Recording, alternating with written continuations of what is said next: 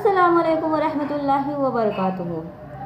जब नमरूद ने कहा कि मैं आसमान के खुदा से जंग करूँगा, तो अल्लाह सुब्हान ताला ने उसे एक मच्छर के ज़रिए से उसे कैसे हलाक कर दिया, उसे कैसे तबाह कर दिया और उसकी जान एक छोटे से मच्छर ने कैसे ले ली।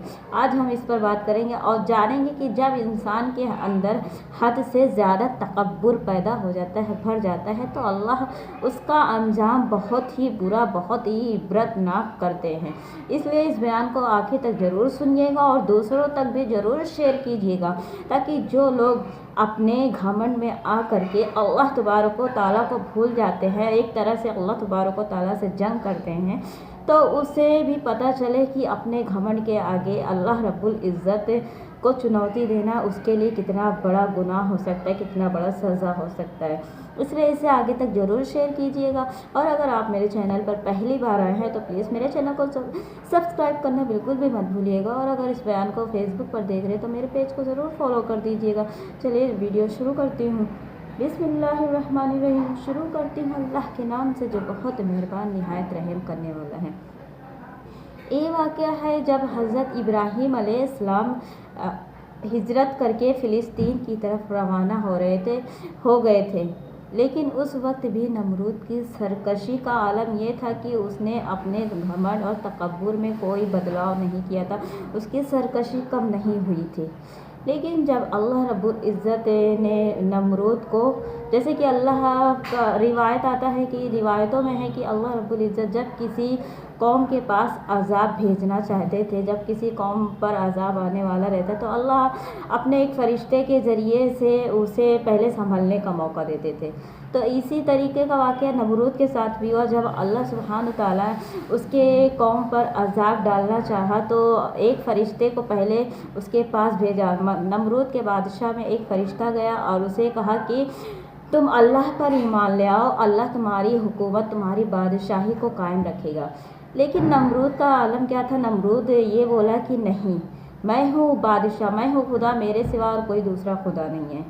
फिर फरिश्ते ने उसे पहली बार समझाया, दूसरी बार दावत दी, तीसरी बार दीन की दावत ली, लेकिन उस वक्त फिर नमरूद ने कहा कि नहीं, तुम अपनी फ़ौज को लेकर आओ और मैं अपनी फ़ौज को लेकर आऊँ, क्योंकि मैं अल्लाह से जंग करूँगा। नाउज़ बिल्लाह, नमरूद अल्लाह से जंग करने चाहता था। नमरूद अल्लाह से जंग करने के लिए तैयार हो गया था।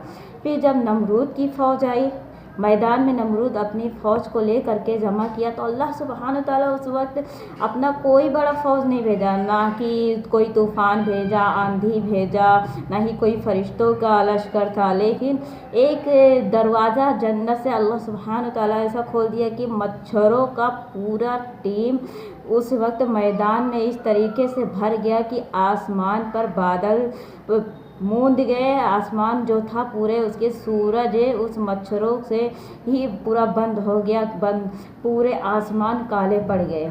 लेकिन नमरूद को ये समझ में नहीं आ रहा था कि ये उसके साथ क्या हो रहा है। तब अल्लाह सुब्हान ताला की ये छोटे से मच्छर जब नमरूद के सिपाहियों पर एक एक करके हमला किए, नमरूद के सिपाहियों को काटने लगे, यहाँ तक कि उसके गोश्त को, उनके सिपाहियों के गोश्त को भी खा गया। और उस वक्त का आलम यह था कि नमरूद के सिपाहियों को उस मच्छरों ने खा करके ख़त्म कर दिया, यहाँ तक कि उसके सिर्फ हड्डियाँ और नमरूद के सिपाहियों के हथियार, ये साजो सामान उस मैदान जंग में बाकी सिर्फ रही है। लेकिन नमरूद को उस वक्त भी समझ में नहीं आया। उस वक्त एक उन मच्छरों में से एक लंगड़ा मच्छर आया और नमरूद के नाक के ज़रिए से उसके दिमाग के अंदर चला गया। फिर नमरूद के शिद्दत का आलम यह था कि जो बादशाह अपने आप को खुदा कहता था, बोलता था मैं खुदा हूँ, नाउज़ बिल्लाह, खुदा से जंग करने के लिए तैयार हो गया था। उसके दर्द का, शिद्दत का ये आलम था कि जब तक उसे कोई भारी चीज़ से उसके सर पर मारा नहीं जाता था तब तक उसे राहत ही नहीं मिलती थी, क्योंकि वो लंगड़ा मच्छर उसके नाक के ज़रिए से उसके दिमाग के अंदर चला गया। उसे दिमाग में इस कदर काटता था कि नमरूद दर्द की शिद्दत से हमेशा चिल्लाता था और उसके गुलाम जब उसे जूता चप्पल से मारते थे तब जाके उसे राहत मिलती थी। सोचिए, ये वो बादशाह था जो अपने आप को खुदा कहता था, जो अपने आप को खुदाई का दावा कहलाता था कि मैं हूँ खुदा।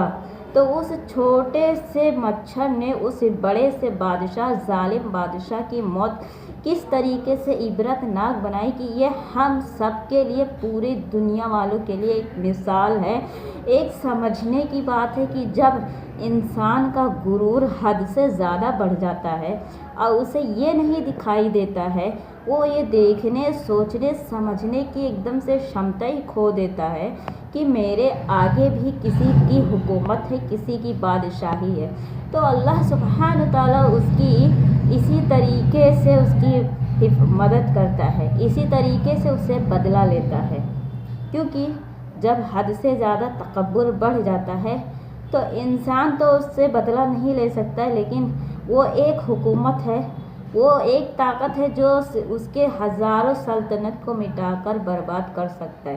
اس لیے انسان کو کبھی بھی اپنے زندگی میں غرور اور تکبر نہیں لانا چاہیے، کیونکہ غرور اور تکبر تو کسی کا آج تک چلا نہیں ہے، نہ ہی کسی کا چلے گا۔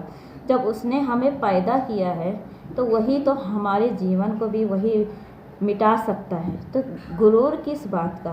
انسان چند سانسوں کے لیے، چند سانسوں کا بھی ادھار ہے اس دنیا میں، وہ جب تک ہے تو نہ جانے وہ غرور کس بات کا کرتا ہے اپنے اوپر۔ امید کرتی ہوں کہ یہ بیان ضرور آپ کو پسند آیا ہوگا، اسے دوسروں تک ضرور شیئر کیجیے گا تاکہ جو لوگ غرور اور تکبر کے عالم میں بھر چکے ہیں ابھی بھی، ان کا یہ عالم ہو گیا کہ اپنے آپ کو کسی کو نہیں سمجھتے، تو وہ بھی سمجھ جائے کہ غرور اور تکبر کا انجام کیا ہوتا ہے، اور شاید اللہ تبارک و تعالیٰ سے وہ معافی طلب کر سکے، معافی مانگ سکے، اور اللہ سبحانہ کریم ہے، وہ معاف کرنے والا، وہ انشاءاللہ ضرور معاف کر دے گا، اسی لیے اسے آگے تک ضرور شیئر کیجیے گا۔ اور اگر آپ میرے چینل پر پہلی بار آئے تو پلیز میرے چینل کو سبسکرائب کرنا بالکل بھی مت بھولیے گا، اور اگر فیس بک پر دیکھ رہے ہیں، اس بیان کو سن رہے ہیں، تو میرے پیج کو ضرور فالو کر دیجیے گا۔ تب تک کے لیے مجھے یعنی کہ اپنی بہن، اپنی بیٹی کو دعاؤں میں یاد رکھیے گا، اپنا خوش رہیے گا، سب کو خوش رکھنے کی کوشش کیجیے گا، اور میرے ویڈیو کو مجھے سپورٹ کرتے رہیے گا، تب تک جیسے کہ میں اسی طریقے سے اور آپ کے ساتھ اسلامک ویڈیو، اسلامک باتیں، اللہ سے جڑنے والی باتیں لایا کروں، اور آپ کے دل میں اللہ کے لیے اور ہمارے پیارے نبی حضرت محمد مصطفیٰ صلی اللہ علیہ وسلم کے لیے محبت پیدا کر سکوں، اس لیے اسے اور مجھے ضرور سپورٹ کرتے رہیے گا۔ چلیے ملتی ہوں اگلے ویڈیو میں، اللہ حافظ۔